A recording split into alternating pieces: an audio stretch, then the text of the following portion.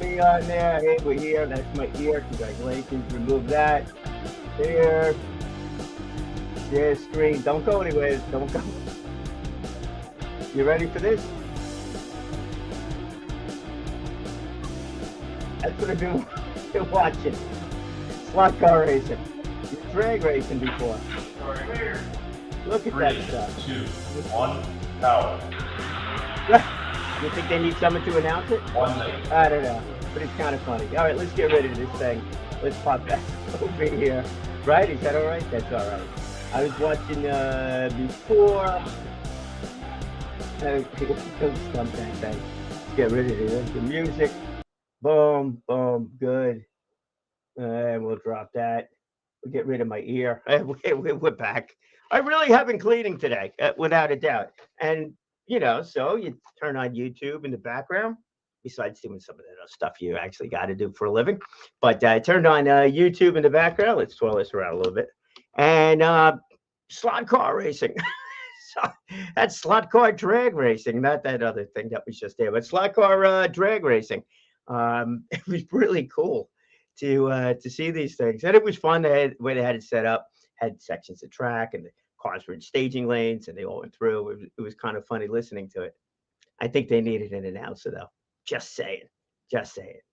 And this other gentleman that had built it was a 1/32 slot car track, and the guy's an engineer, just absolutely phenomenal what he did, and it's all to scale. And the cars that he have over there, it looks like some of them. In fact, I'm sure some of them were handmade.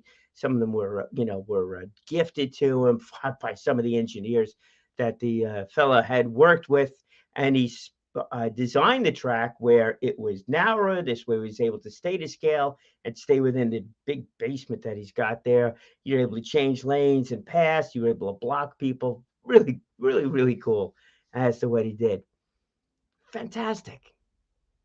And that has been, I think he said it was like a 30-year project, 35-year project. And maybe that was totally fitting to what I've been doing here today, and that is cleaning up. Hey, Jerry, good to see you, my friend. Doug, cleaning up. Hey, Jerry, you could probably appreciate that on the computer side of things, right? You go in there, how do you make a computer faster? Well, one of them probably is to dump a whole lot of stuff we don't use anymore. And that's basically what I've been going through here. But I ran across some stuff from years ago, and Toastmasters. I've been involved with Toastmasters now for pretty darn close to 2 decades. This is actually the first year I'm in Toastmasters with the club that I'm not an officer of the club. But what I took a look back on, and what I've seen over here was some of the things that I did getting started. I wound up being the president of the club within a couple of months, and then participating in contests, and then the comments you get back from speeches and everything like that went along with it. 2009, I actually ran one of the conferences for Toastmasters for our district, District 40. Well, it was District 46. We've now split off. We have our own district, is 119, which is all of Long Island. And that was a great thing. I ended up putting together a business plan. I ended up putting together a business plan out of it, because when I did that conference, I asked them, I was like, what information do you have about prior conferences? Now, our district, or District 46, had been in existence for many, many decades. Even the club that I'm in, Northern Brookhaven, or is now Stony Brook Speech Walls, everything changes. We've celebrated our 61st anniversary.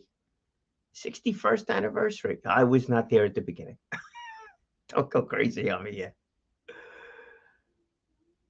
But we've been around for that long. So it's crazy. It's like you start something, and it was 2009. I did the conference a long time ago. But it's like, where was the material from priors about how to make it happen? And that, of course, is some of it realistic or some of it usable as you go forward. And many of it is not. Much of it is not. Let's use a proper sentence there. Much of it is not because the venue changes, the people change, the amount of money one has from a budget standpoint changes, leadership of each of the districts change. So there's a different focus that goes along with it. And heck, over the past year, well, over the years of COVID, how you actually do a conference online versus in person. Ours was absolutely in person. All changes, everything changes.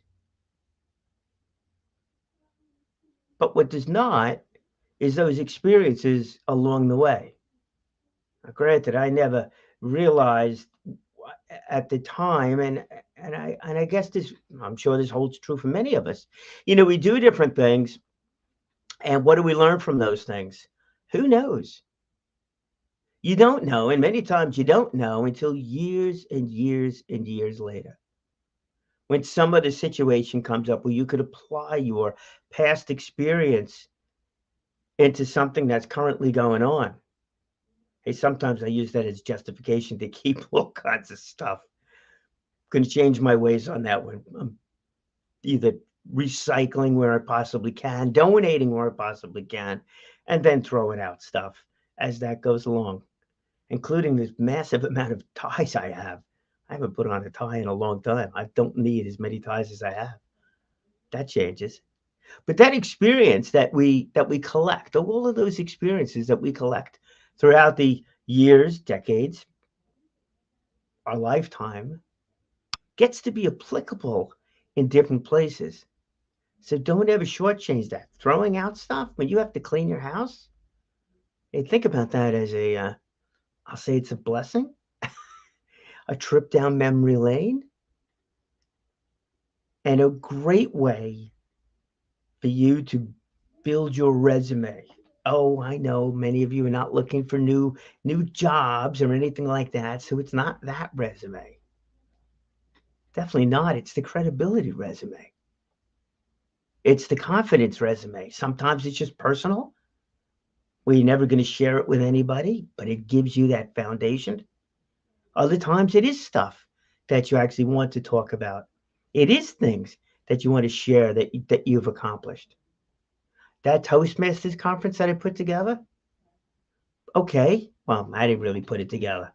I was able to coordinate with 17 committee members. I was given a set of rules after the fact, which kind of frustrated me, but learning experience along the way with that one as to what the purpose, or what, not so much as the purpose of that conference was, but what had to take place at that conference. There were certain things that had to take place. There had to be a business meeting. There had to be a quorum at that business meeting. There had to be voting that took place at that meeting. That had to happen. Everything else did not have to happen. One of the speech contests had to happen. The other one did not have to happen. See, I had it all backwards. I thought it all had to do with everybody getting together. I guess I looked at that from a motivational standpoint. Yes, let's get everybody together, as many people as possible. That was an interesting part, because they expected me to bring 150, maybe 175 people to it. 275 people showed up. Why? Yeah, it's because the whole team worked. The team worked unbelievably well together. Unbelievably well together. But I didn't know the reason why we were actually, or the have-tos that had to take place at that. And I'm sure that's influenced me. And hopefully that is something that you take into consideration too, is the why you're doing something. And this is a different aspect of the why you're doing something. I mean, generally, as business owners, as people that take on separate projects, your why, in many cases, is more of an emotional why. I really feel good about, I'm a great, I'm not, but other people are great photographers. Let's be clear. I take photos. I'm not a photographer. Nowhere near. I could prove that over here, but someone who's an unbelievable photographer has to start a business. They have to do that because they are just emotionally connected with that. That is what they have to do. Maybe have no idea how to run a business, but that's really what it is.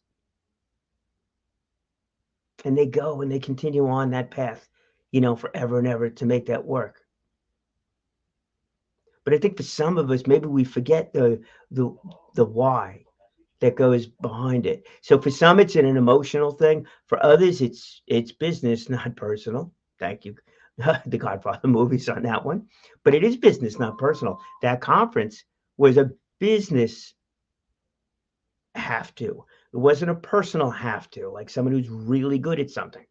It was a have to that takes place over there. Okay, so I was along for that.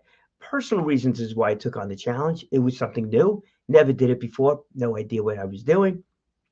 I had a friend inside of Toastmasters that helped me along the way. Uh, and he allowed me to learn along the way too. He gave me enough, what is it, enough leash so I could hang myself. Well, I never hung myself, but I definitely made some mistakes along the way. Boy, was I a little bit frustrated when I found out what the have to was on that one. So how does that impact me?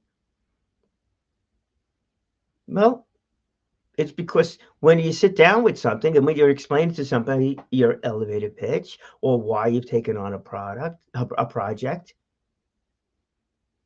the what's the outcome of it? What has to happen should be there. What really truly has to happen?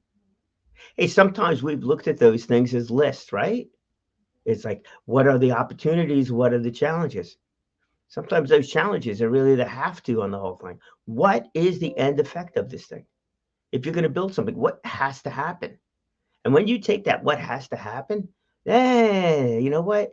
What has to happen is generally going to come along with a few challenges that are absolute. That has to be. You're going to build a business, right? Let's take our photographer, right? Oh, I really want to be a professional photographer. I'm great at taking photos. Everybody says I'm great at taking photos, blah, blah, blah. Okay. So you got that emotional side. But then what about the have to side of things? You can be a great photographer, but if you never get hired, okay, you're a great photographer as a hobby, not great photographer as a business. There's your have tos that have to take place as that goes. So your photographer friend, where do you get the credibility as a business owner? When are you reminded of the fact that you actually have those skills? Maybe you have those delegation skills. Maybe you have those big picture skills. Maybe you just forgot. And sometimes cleaning out your stuff reminds you of those foundation skills that you might have put together and you might have completely forgotten.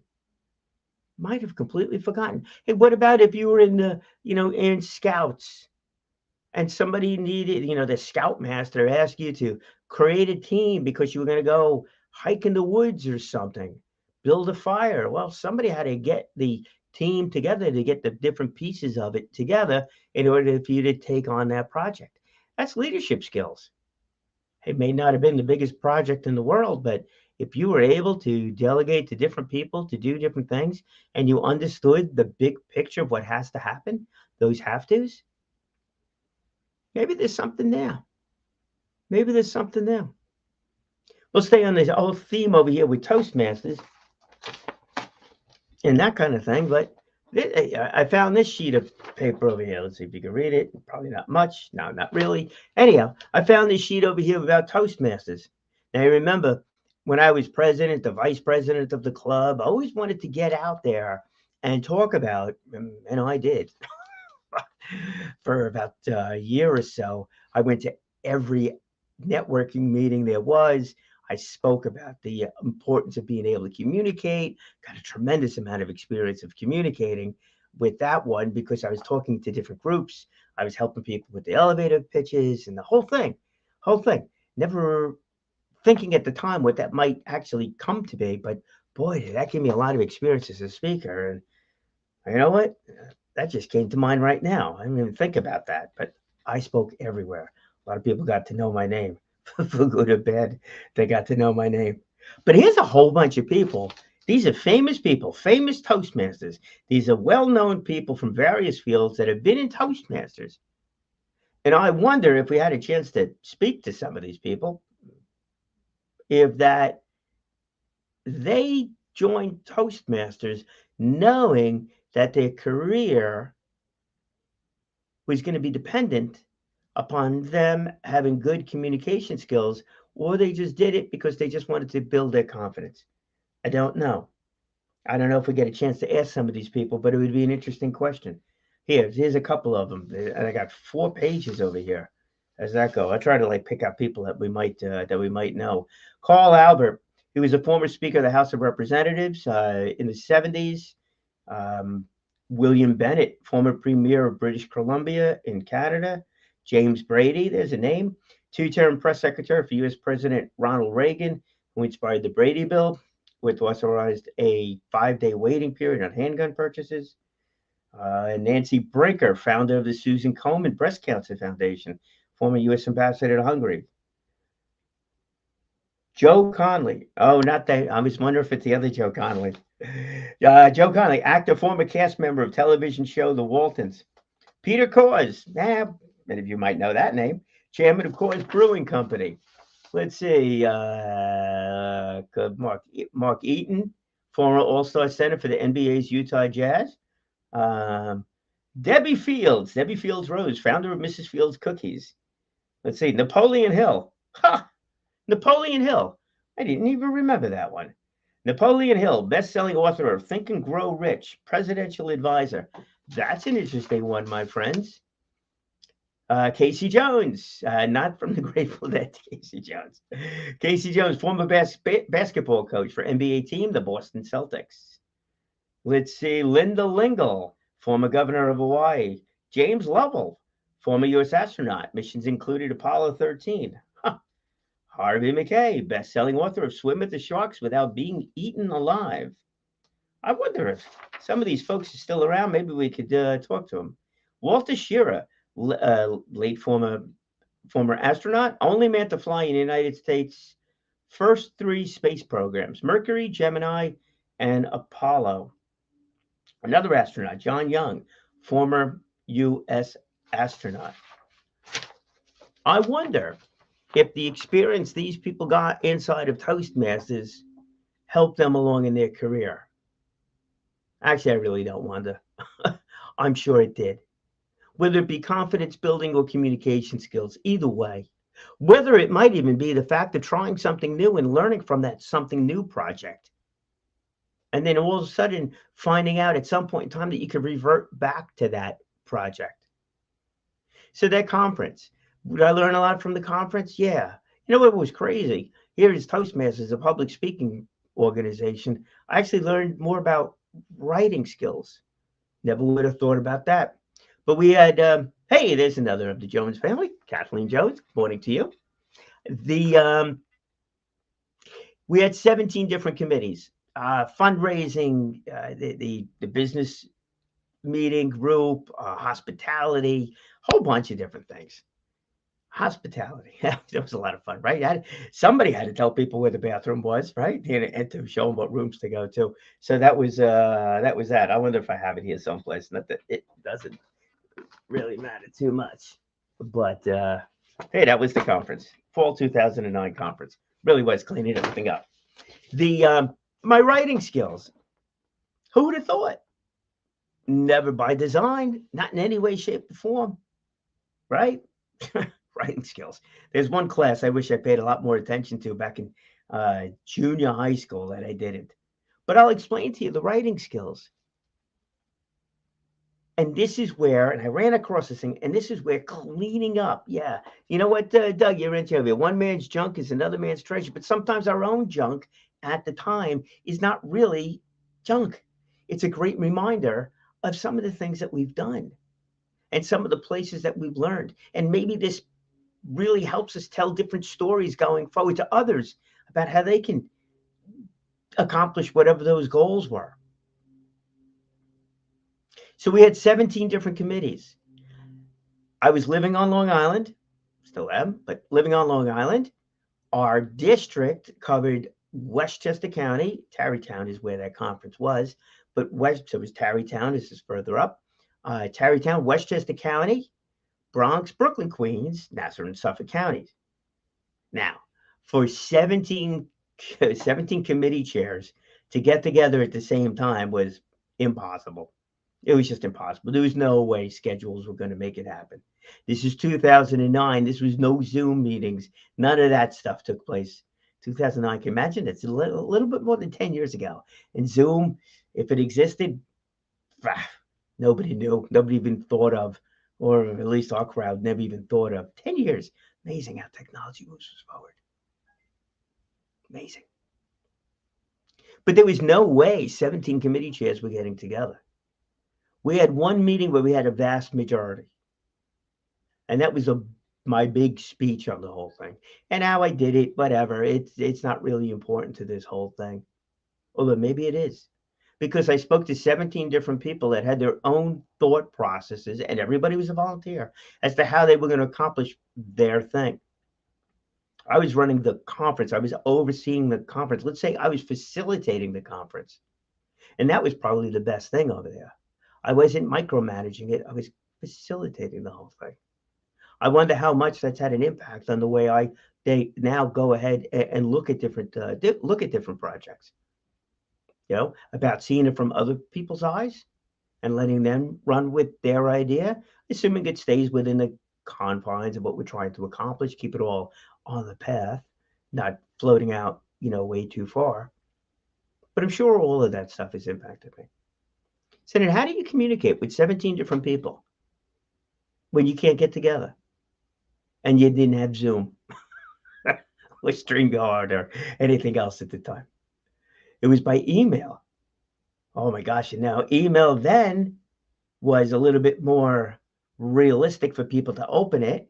And of course, I put in the subject line, it was coming from me about the conference. So they had a vested interest in opening it. But now I wonder, send out emails to people. It's like, it got lost in the junk mail, or it got lost in so many other things.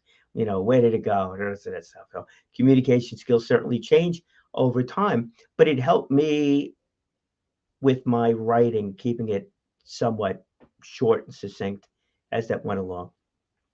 And it was interesting as that goes.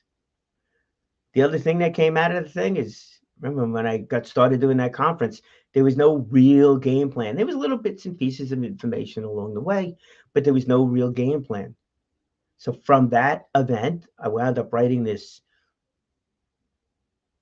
book or guideline as to what we did, what challenges, and what I would have done a little bit differently if I had known then.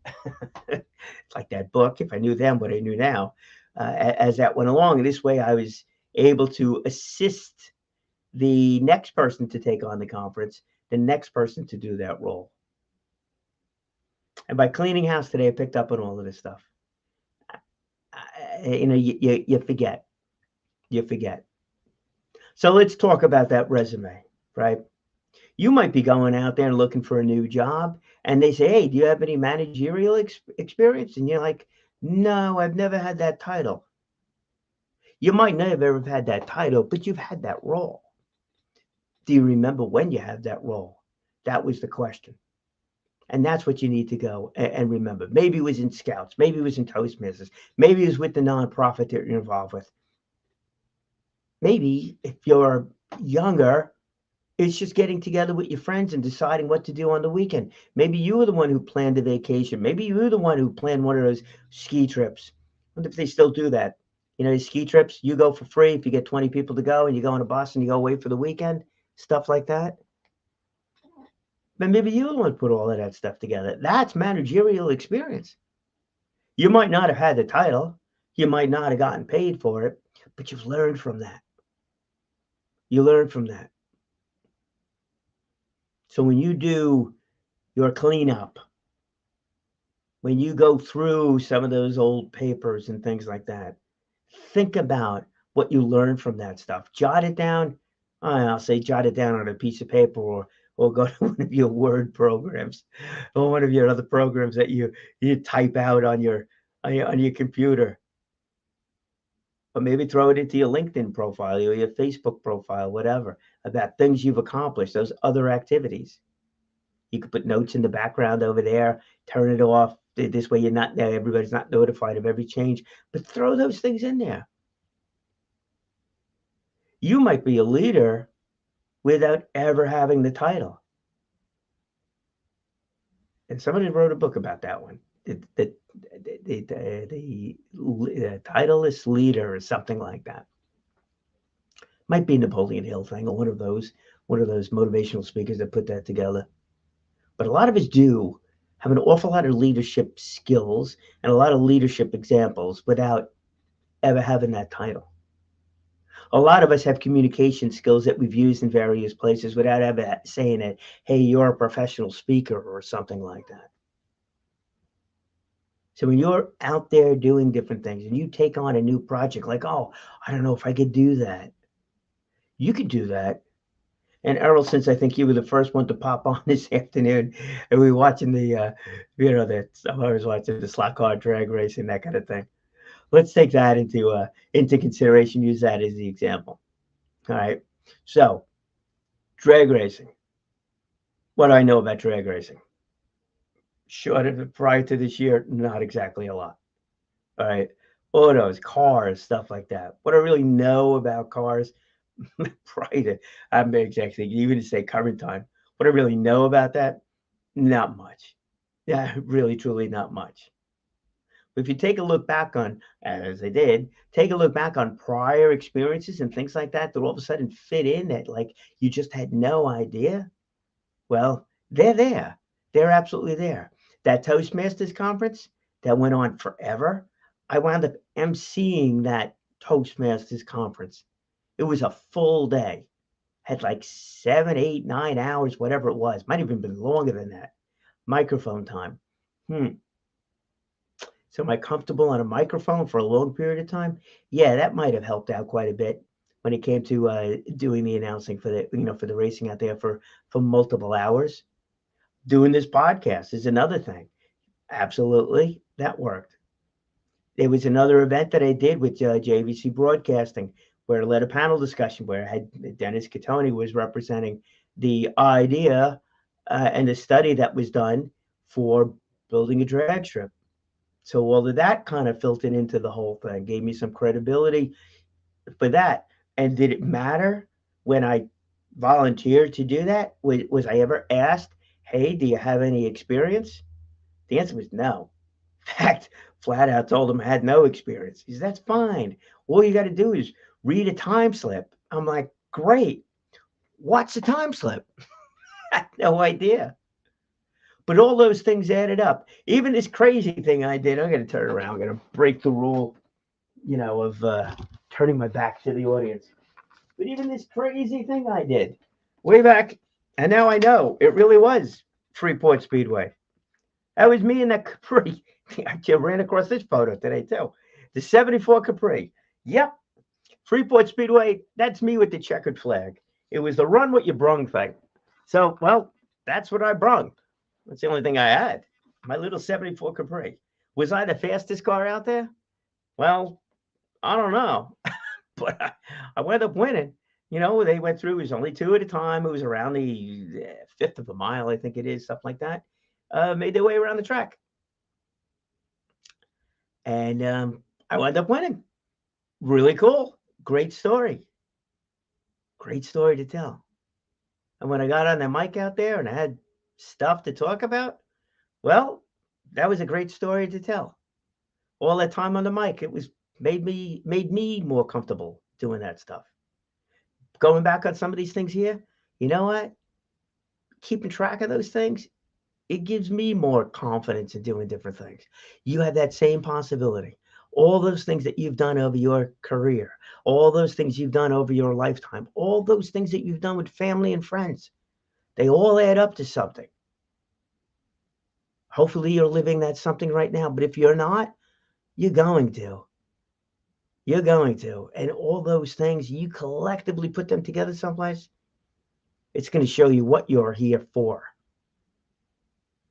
It'll be when you figure out exactly why you're here, what you're going to accomplish, why you had to go through all of this stuff, why all those learning experiences. Well, you figure that out, you're going to accomplish anything you want to accomplish. Just got to get a clear set of goals on the whole thing. And that is why you will speak often. You're going to speak well. You're going to live inspired. And you will drag people along with you, whether they want to or not. But they'll follow you because you are on the right path. And that's a big path to success. Mega work, my friends. You got everything in your favor, including those challenges and those other things that we had to deal with along the way. Have a great day.